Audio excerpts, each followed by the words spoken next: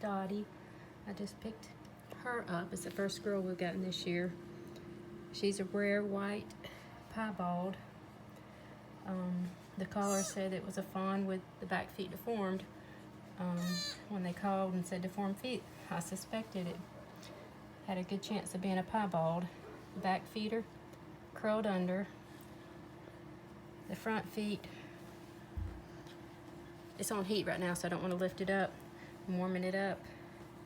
I've already gotten it hydrated, and I need to give it colostrum.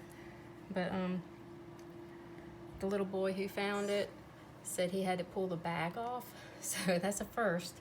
Never had one that somebody actually, the mother actually abandoned it before even bothering taking off the bag because it's a piebald, and she knew it had deformities.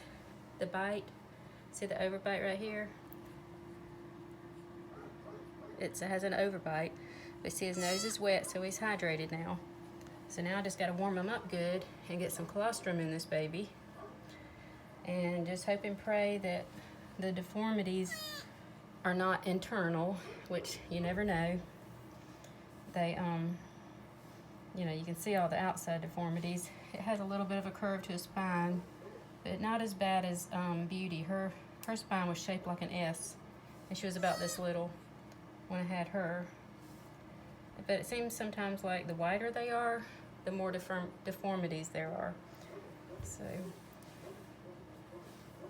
her feet are warm now, so I'm gonna go ahead and show you how bad her feet are. See, she can't stand on them because they're curled under.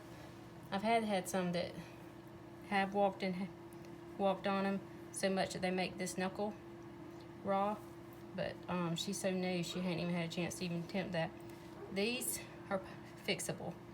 I have, you just do therapy on them, and if the therapy don't work, we can always splint it. I'm more concerned with her internal issues, so let's just hope there's nothing internal. She did drink a little bit of electrolytes in the bottle, so the overbite's not preventing her from sucking, which can always be a problem.